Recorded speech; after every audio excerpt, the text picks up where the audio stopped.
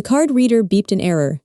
Aunt Beatrice slammed her Hermes purse onto the marble counter, snapping at the receptionist to swipe it a third time. A short, dry beep echoed. The screen still flashed the glaring red words, "Account frozen." The murmurs of over 20 relatives standing behind her began to rise. The $42,000 bill for the luxury resort stay was flatly declined. Standing hidden behind a lobby pillar, I counted every beat of panic swallowing the person who had personally framed me as a thief. That was the moment 15 years of a family's fake prestige officially collapsed. Grandmother Rosalina used to be an iron lady, holding all the power and the financial lifeblood of the Ashford family. Not a single person in the family dared to cross her or take anything from her. Until last winter, when a medical diagnosis changed everything. Lewy body dementia. The very week after that diagnosis, Aunt Beatrice and Uncle Camara moved in. They packed up their cramped suburban apartment, brought along their college dropout son Mason, and moved straight into the 3 empty bedrooms on the second floor of the Victorian house where my grandmother lived. Using the excuse that I was a busy graphic designer, they seized the right to stay by her bedside. And the very next afternoon, the old mechanical lock on the front door was replaced by a smart keypad system. The passcode was changed every week, and they always forgot to text it to me. Whenever I took the initiative to drive over, Aunt Beatrice was always stationed at the front door, arms crossed, blocking the entryway. Sometimes she said Grandmother Rosalina had just taken her sedatives and was fast asleep. Other times she stopped me right at the porch, complaining that my grandmother was easily agitated and my presence would only make things worse. The distance was systematically stretched, right up until Thanksgiving dinner. It was a gathering of over 15 members of the Ashford family. Grandmother Rosalina sat at the head of the table, staring blankly at the turkey platter. As everyone was raising their glasses, Aunt Beatrice suddenly tapped her spoon against her wine glass. She stood up. The corners of her eyes were red, her voice dropping, full of sorrow. "I really did not want to bring this up on a holiday," Aunt Beatrice began, scanning the dining table. "But last week, while checking Mom's jewelry box, I discovered that her antique pearl necklace and 2 diamond rings were missing. Coincidentally, that was also the only day Rebecca came over while I was at the grocery store." The atmosphere in the dining room froze. All eyes shifted toward me. "You are struggling financially, I know," Aunt Beatrice continued, stepping over to place a hand on my shoulder, her fingers gripping like iron pliers. "Uncle Camara and I are always ready to help you. But taking advantage of your grandmother when she isn't lucid to steal from her, you have crossed the line of basic human decency." I looked around. My uncle turned his face away. A few great-aunts shook their heads in dismay. Across from me, Mason smirked, twirling his phone in his hand. Not a single person stood up to ask me a question. Not a single person demanded proof.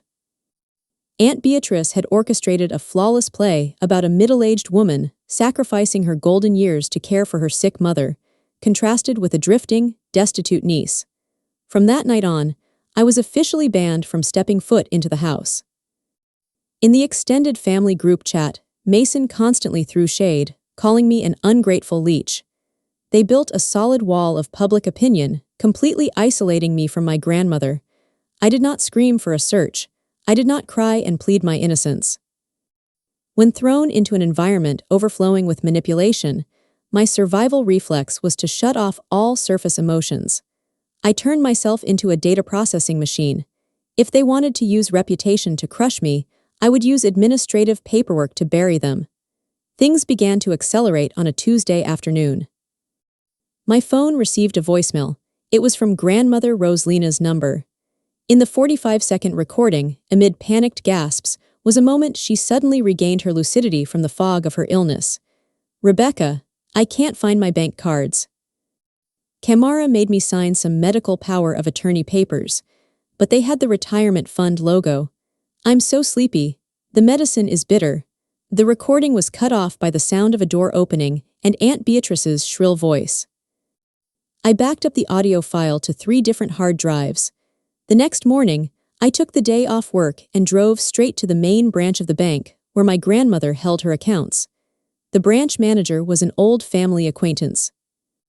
He could not show me the account details because I did not have power of attorney. But after listening to the recording, he sighed, took off his glasses, and slid a business card across the desk. Your aunt activated a medical power of attorney to request converting Rosalina's retirement account into a joint account, citing the need to pay urgent medical bills, he said softly. On paper, all the signatures are valid. The bank cannot intervene, unless you can prove this is a case of financial fiduciary abuse. The business card belonged to the Massachusetts Adult Protective Services. I filed a formal complaint that very afternoon. The investigation proceeded entirely in silence. Every day, I did one single job, gathering data. I tracked every post from their family.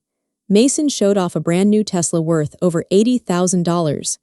Aunt Beatrice posted photos, checking into a Michelin-starred restaurant with an expensive handbag. Meanwhile, the social medical investigator got back to me with one piece of information. For the past 3 months, grandmother Rosalina had not been taken to a single physical therapy session. The money was evaporating, but not a single penny was being spent on the patient. But the legal process is always slow, and I almost lost everything in a moment of impatience. It was early one morning at the start of the month. I knew for a fact that Aunt Beatrice had taken her to a dental appointment, and Uncle Camara was out meeting a client. I used the only spare key I had buried deep in the dirt of a hydrangea pot 4 years ago. I sneaked into the house. I needed to photograph the pill bottles. My grandmother's recording mentioned bitter medicine and drowsiness. I suspected they were overmedicating her with sedatives to force her into a deep sleep, thereby easily controlling everything. I walked into the master bathroom. The pill bottles were hidden deep behind the body wash. I took out my phone and opened the camera. Seroquel, lorazepam, all antipsychotic medications prescribed for the wrong purpose. I had just snapped the third photo when tires screeched violently on the gravel driveway outside. The front door burst open. My cousin Mason's voice boomed over the phone, echoing up from the living room. He had come home to grab something he forgot. I backed up. My heel hit the edge of the freezing porcelain bathtub. My heart felt like it was going to jump out of my chest. Footsteps pounded heavily up the wooden stairs. I squeezed myself behind the door of my grandmother's closet, pulling the thick wool coats to hide my body. The space was pitch black, reeking of mothballs. The bedroom door slammed open, the sound of Mason rummaging through drawers. Tell the receptionist to lock in the 12 Mountain View suites, Mason told someone over the phone, his voice dripping with mockery. My mom's black card has no limit. Just book it, this senile old bat isn't going to live past this winter anyway. What the hell is the point of keeping the money? The closet door where I was hiding was suddenly jerked halfway open. Light flooded in. I held my breath, my eyes squeezed shut. Cold sweat soaked the back of my shirt. If he just pushed the layer of wool coats aside, everything would be over. I would be sued for breaking and entering. The evidence I gathered would become worthless. My grandmother would die in this house without anyone ever knowing the truth. A piercing ringtone blared from Mason's pocket. He let go of the closet door and pulled out his phone. All right, I'm heading out to the car now. He grabbed a leather jacket off the bed, then slammed the door shut. The car engine roared and then faded away. I collapsed onto the closet floor, clutching my chest with both hands, gasping for air. That evening, my phone received a text from Aunt Beatrice. The neighbors said they saw your car parked 3 blocks away this morning. Don't try to pull any dirty tricks. You have no right to step anywhere near this neighborhood. They had sniffed out the danger. I did not have much time left. That night, I sat alone in my car in the apartment complex's underground parking garage. The outside temperature had dropped to -2 degrees. The engine had been off for a long time. In my hands was a tarnished silver music box. It was the gift my grandmother gave me for my 15th birthday, the most precious item I took with me the night I was kicked out of the house. I wound the key. The chime mechanism began to play. Claire de Lune sounded slowly, crystal clear, each note dropping into a space thick with silence. My mask of rationality shattered. I rested my head against the steering wheel. Sobbing choked my throat, tearing through all my restraint. I cried until I couldn't breathe. Tears streamed down my face, freezing cold. The feeling of helplessness and pain struck straight to the bone. How could they be so cruel? How could the people who once shared a sweet pastry on Christmas Eve strip away an old woman's life so ruthlessly? The humiliation of being labeled a thief by the entire family tore at my mind. If Adult Protective Services delayed for another week, would I have to welcome my grandmother back in a coffin? I allowed myself to be weak for exactly 15 minutes. I cried for myself. I cried for the grandmother trapped in a prison created by her own daughter. When the final note of the silver box faded out, I lifted my head. I used the back of my hand to wipe my tears clean. I put the music box away in my purse.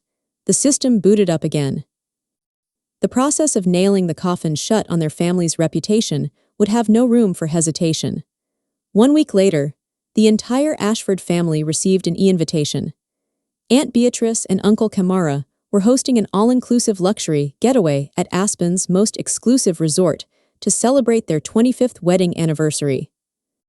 The attached message in the group chat was soaked in that familiar hypocrisy. Even though the family is shouldering massive medical expenses for grandmother, we believe family bonds must be maintained. It is a pity that some people who do not appreciate core values will not be present to celebrate with us. They flew first class. I drove 15 hours across state lines, heading straight to Aspen. The main lobby of the resort at 6 in the evening was dazzling under the crystal chandeliers. The massive fireplace glowed red. As I pushed the glass doors open and walked in, the entire extended Ashford family was gathered around the VIP reception desk. Laughter echoed around the room. Aunt Beatrice wore a stunning mink coat. Uncle Kamara held a glass of champagne in his hand. Mason was bragging to a few cousins about the speed of his Tesla. 12 Mountain View suites, including the all-inclusive spa and skiing packages. The receptionist smiled professionally. The total lodging cost for your group is $42,000, ma'am. Aunt Beatrice waved her hand with a condescending smile. She pulled a powerful black card from her expensive purse, pinched it between 2 fingers, and slid it smoothly toward the receptionist. Gasps of awe rose from the relatives around them. The receptionist took the card, swiped it through the machine. A beep, short, dry. "I am sorry, ma'am, the system is reporting an error," the receptionist said, her expression maintaining its politeness. "Would you like to try again?" "Your machine is probably broken from the cold," Aunt Beatrice frowned, tilting her chin up. "Swipe it again. There is enough money on there to buy this entire lobby." The receptionist tried again. Still that same beep. This time the employee looked at the computer screen, her eyebrows knitting slightly. "Ma'am, it is not a machine error. The bank returned error code 503. All accounts linked to this card, as well as the supplementary cards, have been frozen. What ridiculous nonsense are you talking about?" Aunt Beatrice's voice began to turn shrill, drawing stares from other tourists. "Frozen? On what authority? Call your manager out here right now. I want to speak directly to the bank's branch manager." "On the authority of an emergency order from the Massachusetts Family Court." I stepped out from behind the marble pillar. My voice was not loud, not harsh, but it sliced through the noisy atmosphere like an ice blade. Every conversation in the lobby instantly snapped off. Over 20 faces whipped around. Uncle Kamara lowered his glass of wine. Mason took a step forward, pointing his finger straight at my face, his voice booming. "What the hell are you doing showing your face here? Were you not humiliated enough when you stole Grandma's jewelry, and now you want to tag along and beg us for food? Get security to drag this girl out of here." I ignored him. I walked straight toward the reception desk. From my purse, I pulled out a thick stack of files, stamped with the bright red official seal of the state government. I threw it onto the marble counter, right next to Aunt Beatrice's useless black card. The sound of the documents slamming against the table rang out sharply. "This morning, Adult Protective Services submitted their investigation findings to the court," I said, looking straight into Aunt Beatrice's eyes. "There were no forged signatures at all, Auntie. You were very smart to use the medical power of attorney to legitimize your access to her savings. But you forgot one basic legal concept: financial fiduciary abuse." I took another step forward, forcing Aunt Beatrice to back up. "They investigated the cash flow. $112,000 withdrawn over the past 6 months. Not a single medical bill was paid, but there was an $80,000 transfer straight to a Tesla dealership. $15,000 swiped at high-end leather goods stores. And a massive deposit for this resort. Aunt Beatrice took another step back. The hand holding the designer bag slipped down, smacking heavily against her thigh. Her mouth opened and closed, not a single word of defiance. There was no furious screaming like on Thanksgiving night. Only a complete physical recoiling of her entire body. What kind of nonsense are you spouting? Uncle Camara stammered, the wine glass in his hand trembling so much that a few drops of champagne spilled out. The court has officially stripped you both of all guardianship rights, I continued, tapping my fingers rhythmically against the file. And the sole legal guardian right now, the only person with the authority to unlock those assets, is me. A dead silence blanketed the relatives. A few great-aunts began staring daggers at Beatrice. Their eyes shifted from admiration to harsh suspicion. But, hold on, my uncle spoke up, his voice full of panic. If the accounts are frozen, then what about our return flights? Who is paying for the rooms? The return flights were booked using Aunt Beatrice's personal credit card. I turned and smiled at my uncle. And bad news for everyone.